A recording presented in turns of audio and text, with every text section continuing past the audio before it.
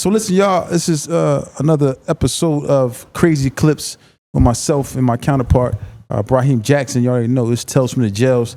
Tales from the Jails is sponsored by TNS Media Group. And once again, we do not glorify prison, but we do have to give reactions to things that happen that, you know, just people are doing out here in the world, man. So let's get to the first clip if we can. And found that Ryan Gaffney, while on duty as a deputy sheriff, utilized his personal cell phone to photograph naked prisoners on at least 2 separate occasions, send those photos around for kicks, and then lied about his criminal conduct in an attempt to cover it up. Ryan Gaffney was sworn into office in 2023. These are pictures from the social media of the Bucks County Sheriff's Office. In January of this year, the DA says Gaffney took images of an unsuspecting inmate.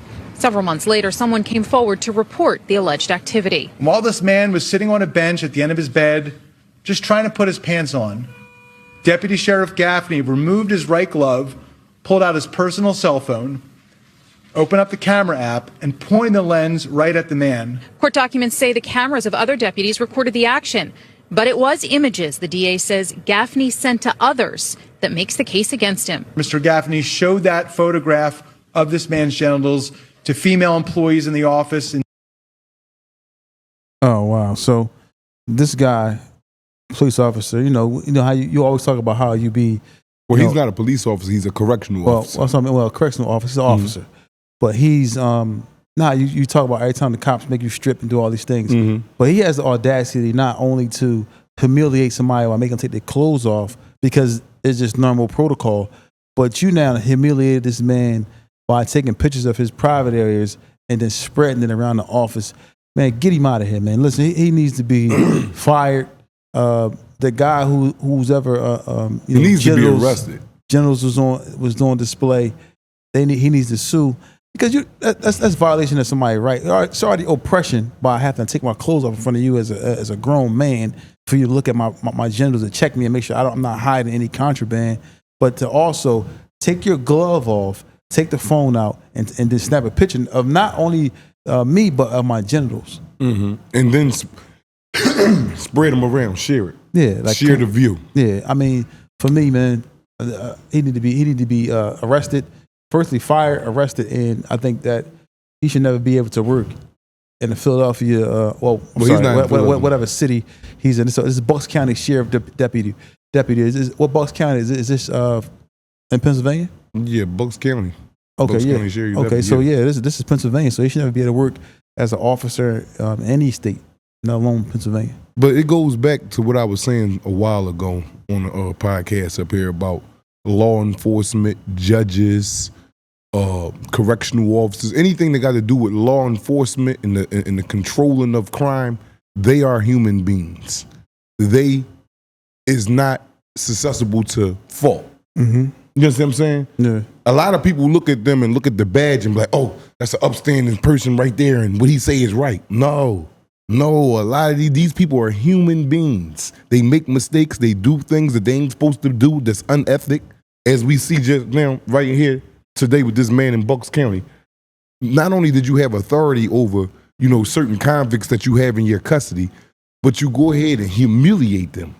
You humiliate them further than what the job requires. The humiliation already comes in because of strip search and all that. You got to go through that humiliation alone. Now to further it, he takes a picture of these guys' genitals and sends it all around to his other, staff members. What's so fascinating about taking a picture of that man's genitals? I'm saying I ain't say what's fascinating. For him, I'm trying to think of what's in his mind to make you want to take a snapshot of that man's genitals. What was it that you saw that said, "Hey, I'm gonna take this picture of this man"? I don't know. I don't know what was on his mind or why he did that, but he did it for jokes and laughs. You got your own genitals to take a picture of. Yeah, he did that for joke to humiliate. He's humiliating them. He did it for jokes and laugh. Yeah, I mean, it's something he probably been thinking. Oh, yeah, next time I'm gonna strip search somebody, I'm gonna go ahead and take pictures of him and send them around. Belittle you. That's all it is, bro. That's all it is, man. And that man right there, he got justly fired, and he should be arrested. Yeah, you in there, you're using your authority in an improper manner. I agree. So he needed the maximum penalty for this. Yes, in my opinion, not not snitching or whatever. But I think that this is a horrible act. Next clip, if we can get to the next clip, man. shotguns pulled up to their home and pointed weapons at the children and the other people at the party. Here's what she said. I do accept responsibility for what I've done. I know I was in the wrong.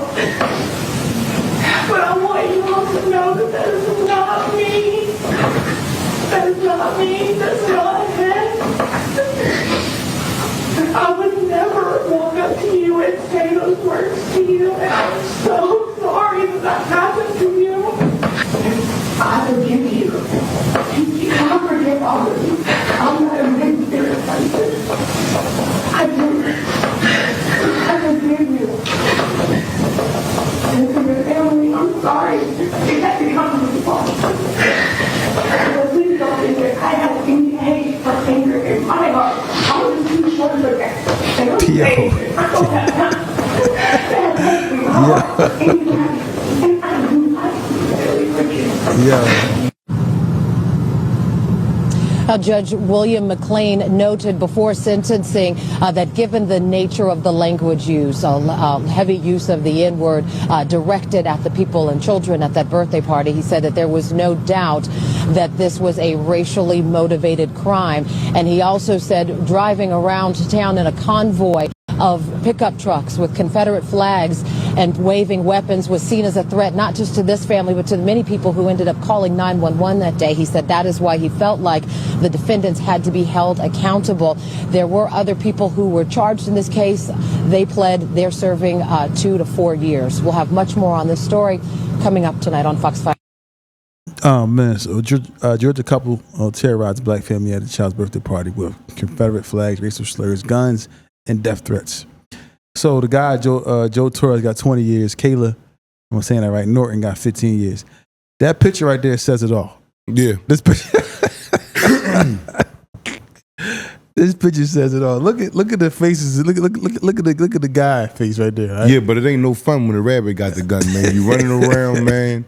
You're making racial slurs. You're brandishing weapons. You know, even though you didn't fire it or nothing like that, but you're still brandishing it with the thought of putting fear into a person's heart. And then you're putting fear into black people's heart. But now it's like, damn, look at you now. And I'm not even laughing at, you know, because I feel for them. They going to jail. They got heavy sentence. They got heavy, lengthy sentences. They got sentenced. I think that's a bit too much. But now they said they had guns, brandishing guns. Yeah, but evidently they ain't charged with guns. They not charged with guns. Evidently they was licensed to carry and all that. They just got 20 years just for doing racial slurs. Yes. And they didn't get that for the guns. Yes, death threats and all that. Yes. That's a hate crime. That's a hate crime. Yeah, as you can see. Damn. And now they're in here crying, they're pleading. She's telling the lady, "Oh, I would never do that. I swear." And the black lady, like, man, well, listen, man, I forgive you, man. You know, you just did it. What you mean? I bet you never do it now again. Yeah. But you have did it. You have this in your heart, and then that disease, that hatred, just don't go away. It just don't go away overnight. That's something that was built up, that was indoctrinated in them from young ages. You just don't get rid of that, wake up tomorrow and be, oh, I'm no longer a racist now. Mm-hmm. No, this is still your outlook. So hopefully the 20 years and the 15 years that was received in this, sentencing of this crime, hopefully when they come out, they'd be better people towards other races, not just blacks, because I'm quite sure that if they feel like they're about blacks, they feel like they're about Asians, Hispanics, anything that's not Caucasian, anything that's not, and they probably hate their own kind too. But yeah, it's too late to be doing all that crime. You should have thought about that. See, they ain't weigh the magnitude of what they was doing. Mm-hmm. Evidently, they'd have told her, Kayla Norton, you go out here and you harassing black people and calling them niggers and stuff like that, and waving guns and death threats, and you can get 15 years for this. She would have never did that. But now it's too late. You can't get the time, but you can't rewind this. It's too late, so she will be sitting for 50. That's why they're crying, bro. They're crying because they're embarking on a very, very long road of misery. Audience, look at the faces of this. Look at the Tawfiq. Look at the faces look at the girl face and look at the boy face. They are in disbelief. Yeah. Yeah, that time. I mean, that time is called act right. They can't believe. Look, that's how you look. You get 20 years. That's how you look. You get 15. Man, they to the point right now. She'll come home and marry a black man, and he'll come home and marry a black woman. They is all the way done with that. I'm talking about they have no racism in them no more. Oh, they seen that. Yeah, they seen that this is not a game, man. He might be a cuckold. I think that's his girl. He might allow a black man to pound her out while he to get out of jail. Yes. You think somebody do that? What? Think he would allow a man sit there to avoid? They said, listen. Well, I don't know what do you do. That's my question. So listen, either you do this 20 years in jail, or you let me get this black boy here come here and pound out while you watch. He's definitely going to do that. What? He's going to watch. He's going to watch that, and he's going to say, if for a little incentive, you could pound me out. Well, I ain't got to go do this 20 years. Yeah, look at their faces. They can't tell it's written all over their face. Yeah, your ass is going down today. Oh my God, I laugh at that. Yeah, man. Come on, man. Let's get to this next jump, man. I'll do it. Yeah. And the attack involving 10 inmates, 11 lives. Cody Alcorn is live tonight outside the jail on Wright Street. So, Cody, you say security cameras captured all that happened? It did. In fact, the victim was on the phone in a common area here at the jail when the sheriff's office says he was stabbed multiple times. Here is what we know about this attack. It happened on June 1st, but warrants were just signed last week. The sheriff's office says surveillance video shows an inmate walk up to the victim and without warning starts stabbing him. The second inmate jumps in, also armed with a shank. Surveillance video then shows 8 more inmates, all carrying shanks, rush in and repeatedly stab this victim.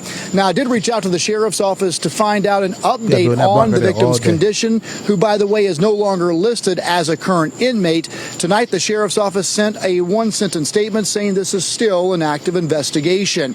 Now, we also looked into the criminal cases that put these 10 inmates behind bars, and at the time of this attack in early June, 8 of these inmates were charged with murder. Tonight, we have those 10 mugshots of these inmates you're looking at right now. Investigators say these inmates are behind bars, again, charged with murder. And I can tell you, 2 of them, one with aggravated assault and the other is with armed robbery. But again, 8 of these 10 inmates at the time of this attack were charged with murder. And of course, this comes as the Fulton County Jail is under federal scrutiny. In a 2024 federal investigation, these investigators found that inmates were around a lot of violence here. In fact, they say weapons were commonly found, I should say shanks, and that also they found that the staff would not properly intervene. On this warrant that we got tonight, it does not say how long this attack happened before staff rushed to help this victim. Live in Atlanta, Cody Alcorn, 11 Alive News. Yeah, very disturbing situation there, Cody. Thanks a lot. And I'm glad you pointed that out, because just last week, Fulton County Sheriff Pat Labatt hosted a town hall meeting to talk about solutions to overcrowding. The sheriff's office is now pushing a new policy to stop accepting most people arrested on misdemeanor charges. Instead, I know we talking about crazy clips, but the thing about it with this clip, the thing that's bothering me is not even about the actual stabbing. What's bothering me is looking at all those mugshots of African American young guys, and they said 8 of those guys, 10 was already charged with homicide. Yeah, so for me, and also another thing, I'm looking at that. I'll start by saying this. So seeing all them young African American guys up there, facing murders, which means a lot of them is facing life in prison, never coming home possibly.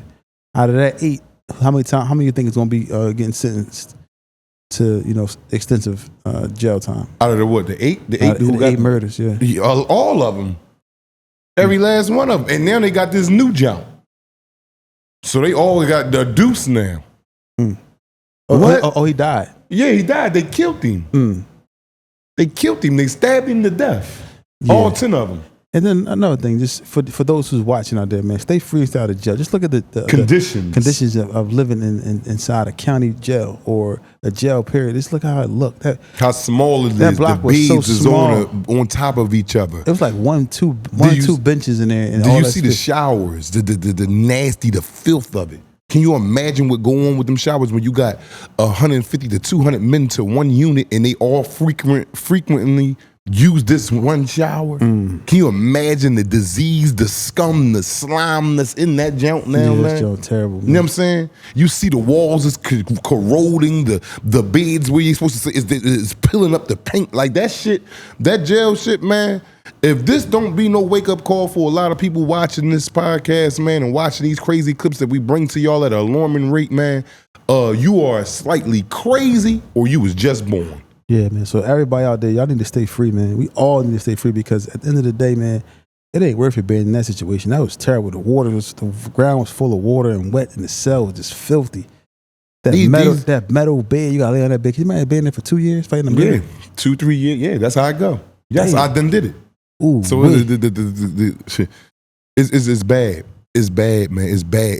I can't conjure up enough gruesome and heinous things to tell you about the prison because it's worse than that by 10.